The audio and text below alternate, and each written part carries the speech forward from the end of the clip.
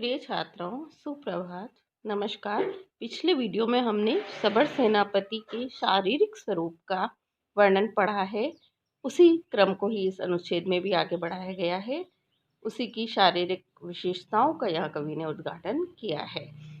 आप पाटलिया हरिण कुल काल रात्रि संध्यायमानया चौणित आर्द्रया इव दृष्टया रंजयन्तम इव आशा विभागान आजानुलंबिना दिक्कुंजरकर प्रमाणम इव गृहीत्वा निर्मितेन चंडिका रुधिर बलि प्रदानार्थम असकृत निशित शस्त्र उल्लेख विषमित शिखरेण भुजयुगलेन उपशोभितम अंतरा अंतरा लग्न आश्यान हरिण रुधिर बिंदुना स्वेद जल कणिका चितेन कुंजाफल मिश्रैः करिकुंभमुक्ताफलैः इव विरचित आभरणेन विन्ध्यशीलातल विशालेन वक्षस्थलेन उद्भासमानम् अविरल श्रम अभ्यासात् उल्लखित उदरम इव मद मलिनम आलान स्तंभ युगलम उपहसंतम इव उरुदंडद्वयेन लाक्षालोहित कौशेय परिधानम अकारणे अपि क्रूर जातितया बद्ध त्रिपताका उदग्र भ्रिकुटी कराले ललाट पट्टे प्रबल भक्तया आराधितया मत परिग्रहो अयम इति कात्यायन्या त्रिशूलेन एव अंकितम् आपाटलया हरिण कुल काल रात्रि संध्यायमानया। आपाटलया कुछ कुछ गुलाबी वर्ण वाली गुलाबी रंग की हरिण कुल हरिण समूह की काल रात्रि संध्यायमानया विनाश रात्रि की संध्यायमानया संध्या के समान प्रतीत होने वाली शोणित आर्द्रया एव दृष्टया। शोणित आर्द्रया मानो रक्त से, शोणित खून से, रुधिर से, आर्द्र भीगी हुई गीली हुई, दृष्टया दृष्टि से, रंजयंतम एव आशा विभागान। आशा विभागान, आशा अर्थात दिशा, दिशाओं के विभागों को अर्थात सभी दिशाओं को रंजयंतम रक्त रंजित करता हुआ। यहाँ ये बताया है कि सेनापति क्रूर प्रकृति का था और वीरता और साहस से भरपूर था, क्रूर कर्म करने वाला था, इसलिए उसकी दृष्टि सदैव मानो शोणित भरा हुआ, आंखों में रक्त भरा हुआ और रक्त से लाल रहती थी। और जब जंगल में चलता हुआ सब दिशाओं की ओर देख रहा था तो ऐसा प्रतीत हो रहा था जैसे हरिण कुल की विनाश रात्रि की संध्या हो, जो कुछ कुछ गुलाबी वर्ण की होती है। तो इसी तरह से वो अपनी दृष्टि से जब देख रहा था तो ऐसा प्रतीत हो रहा था मानो वह सभी दिशाओं को रुधिर से भर रहा हो, रक्त रंजित कर रहा हो। आजानुलंबिना दिक कुंजर कर प्रमाणम एवं गृहीत्वा निर्मितेन चंडिका रुधिर बलि प्रदानार्थम असकृत निशित शस्त्र उल्लेख विषमित शिखरेण भुजयुगलेन उपशोभितम। आजानुलंबिना घुटनों तक लंबी, दिक कुंजर दिग्गज की, कर सूंड का, प्रमाणम एवं गृहीत्वा मानो प्रमाण लेकर, नाप लेकर, निर्मितेन बनाई गई, चंडिका रुधिर बलि प्रदानार्थम देवी दुर्गा को खून की बलि देने के लिए असकृत बार बार निरंतर निशित शस्त्र उल्लेख तीखे तेज किए गए शस्त्रों के उल्लेख घर्षण से, रगड़ से, विषमित शिखरेण, विषमित नतोन्नत ऊंचे नीचे, शिखरेण अग्रभाग वाले, भुज युगलेन उपशोभितम भुज युगल से, दोनों बाहुओं से, दोनों भुजाओं से सुशोभित था। या हमने देखा है कि उपशोभितम इसी तरह से आएगा उद्भासमानम, आगे आएगा उदरम, परिधानम, अंकितम। ये सब शबर सेनापतिम के लक्षण है, विशेषण है। तो कवि ने विशेषणबद्ध पदावली का यहाँ प्रयोग किया है। ये कवि की अपनी विशेषता है। यहाँ ये बताया है कवि ने कि देवी दुर्गा को वह रक्त की बलि चढ़ाता था और इसलिए वो अपने शस्त्रों को बार बार तीखा करता था, रगड़ता था, खरादता था स्थान पर, और इसलिए उसकी हथेलियों के जो आगे के भाग थे वो घिस गए थे, तो ऊंचे नीचे हो गए थे। अंतरा अंतरा बीच बीच में, लग्न आशान हरिण रुधिर बिंदुना, लगे हुए, आशान यानी कुछ कुछ लाल, हरिण रुधिर बिंदुना, हरिण के खून की बूंदों के साथ, बूंदों वाले, और स्वेद जल कणिका चित्तेन, स्वेद जल कणिका पसीने के जल की बूंदों से, चितेन व्याप्त, गुंजाफल मिश्रैः, गुंजाफल से, गूंची के दानों से, मिश्रैः मिश्रित संयुक्त, करिकुंभ मुक्ता फलैः एव, करिकुंभ हाथियों के कुंभ यानी मस्तक प्रदेश या कपोल स्थलों से, कपोल स्थल नहीं कहेंगे, सॉरी, हाथियों के कुंभ मस्तक प्रदेश से निसृत निकले हुए, मुक्ता फलैः एव, मानो मुक्ता फलों से, मोतियों से, विरचित आभरणेन, निर्मित आभूषण वाले, बनाए गए आभूषण वाले, विंध्य शिलातल विशालेन, विंध्य शिलातल, विंध्य पर्वत की शिलातल के समान, विशालेन विशाल, वक्ष स्थलेन, वक्ष स्थल से, उद्भासमानम सुशोभित। यहाँ ये बताया गया है कि विंध्याचल जो है, विंध्य पर्वत जो है वो आड़ा लेटा हुआ है और विशालकाय है। ऐसे ही इस चबर सेनापति का वक्ष स्थल भी विशाल था, और उसके ऊपर हरिणों का जब वो शिकार करता था तो हरिण के खून की बूंदें उसके वक्षस्थल पर लग जाती थी, जो सूख गई है और कुछ कुछ लाल रंग की है, और उस पर जब उसके पसीने की बूंदें गिरती थी तो ऐसा प्रतीत होता था मानो घूंची के दानों और मुक्ता फलों, गज मुक्ताओं का जो रंग होता है वो सफेद होता है, घूंची के दाने लाल होते हैं, तो घूंची के दानों और गज मुक्ताओं को एक साथ पिरोकर मानो किसी हार की रचना कर दी गई हो, और वो हार उसने गले में पहन रखा हो। अविरल श्रम अभ्यासात उल्लिखित उद्रम, निरंतर श्रम अर्थात व्यायाम, व्यायाम के अभ्यास से उल्लिखित उद्रम, हम यहाँ शिकार भी इसको ले सकते हैं, निरंतर शिकार के अभ्यास से, निरंतर व्यायाम के अभ्यास से उल्लिखित उद्रम, उल्लिखित कृश उदर वाला, पतले पेट वाला वो हो गया था। कृश उदर शारीरिक सौंदर्य का एक प्रतीक है, गुप्त काल में भी कई चित्रों में ऐसा उल्लेख मिलता है, और कालिदास ने भी मेदश्चेदो कृशोदरम इस तरह से अभिज्ञान शाकुंतल में उल्लेख किया है। तो पतली कटी या कमर होना सौंदर्य का प्रतीक है। इभ मद मलिनम आलान स्तंभ युगलम उपहसंतम इव उरुदंड द्वयेन, इभ मद मलिनम, इभ हाथी, हाथियों के मधजल से मलिन हुए, कृष्णवर्णी हुए, काले बने हुए, आलान स्तंभ, हाथियों को बांधने के, स्तंभ युगलम, दो स्तंभों का, दो खंभों का, उरुदंड ध्वयन, अपनी दंड के समान, या लुप्तोपमा अलंकार है, दंड के समान लंबी जंघाओं के द्वारा, मानो उपहसंतमेव, उत्प्रेक्षा अलंकार है, मानो उपहास करते हुए, उपहास उड़ाते हुए।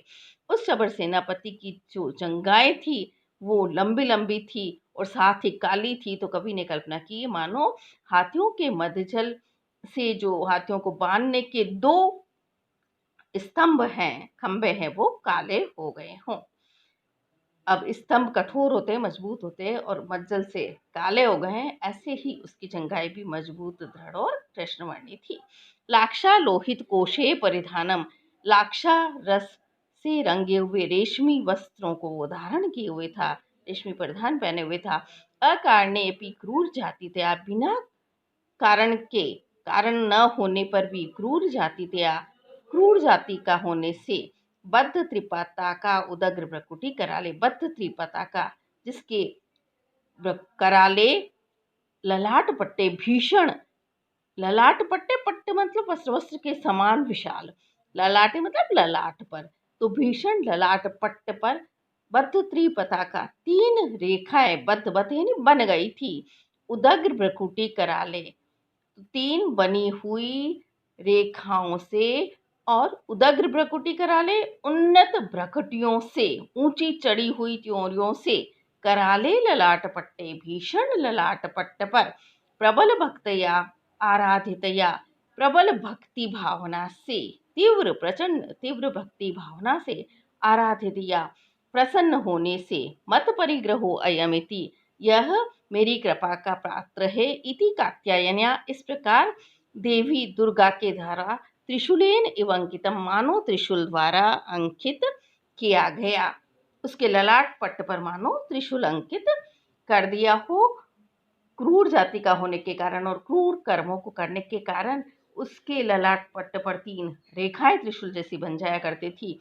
तो कवि ने कल्पना की है कि मानो देवी दुर्गा ने उसकी भक्ति भावना से प्रसन्न होकर त्रिशूल का चिन्ह अंकित कर दिया हो। लोक में भी हम देखते कि कोई किसी से प्रसन्न होता है तो उसे अपने नाम की कोई वस्तु दे देता है। तो यहाँ देवी दुर्गा की उस पर असीम कृपा बताई गई है।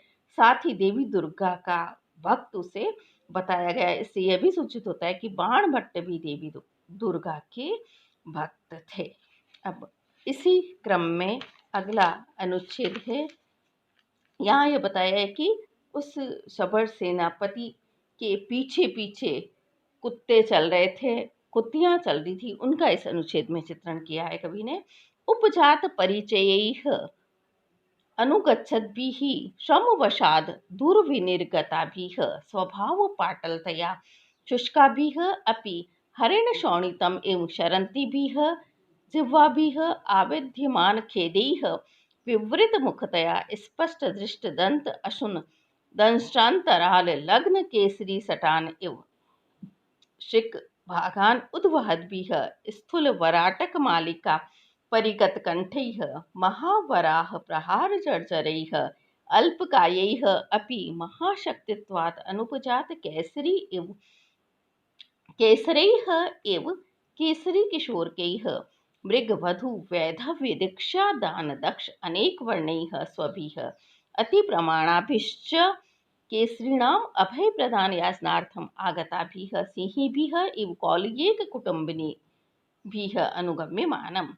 उपजात परिचयैः, परिचय हो जाने के कारण, अनुगच्छद्भिः पीछे पीछे चलते हुए, अनुसरण करते हुए, श्रमवशाद और थक जाने के कारण, दूर विनिर्गताभिः दूर तक निकली हुई, बाहर की ओर निकली हुई, तथा स्वभाव पाटलतया स्वभाव से ही पाटल वर्ण की, पाटल अर्थात रक्त श्वेत मिश्रित वर्ण अर्थात गुलाबी वर्ण की होने के कारण, शुष्काभिः अपि सूखी होने पर भी, हरिण शोणितम एवं शरंती भी मानो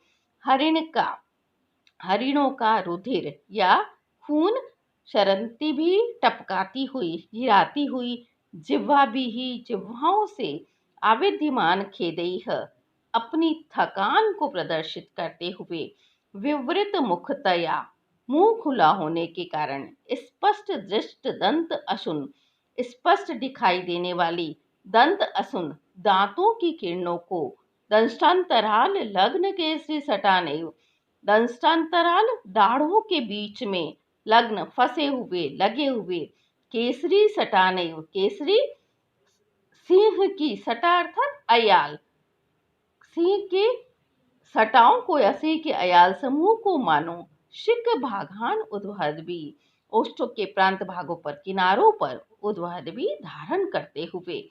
यहाँ कवि ने बड़ी सुंदर कल्पना की है। कवि ने बताया है कि जो कुत्ते थे उनके मुंह खुले हुए थे, तो उनकी दांतों की किरणें स्पष्ट रूप से होठों तक गिर रही थी, चमक रही थी और होठों के प्रांत भागों तक आ रही थी। तो कवि ने कल्पना की है कि मानो जैसे ऐसा प्रतीत हो रहा था जैसे सिंहों की दाढ़ों के बीच में उनके अयाल फंसे हुए हों और जो बाहर तक आ रहे हों और सुशोभित हो रहे हों।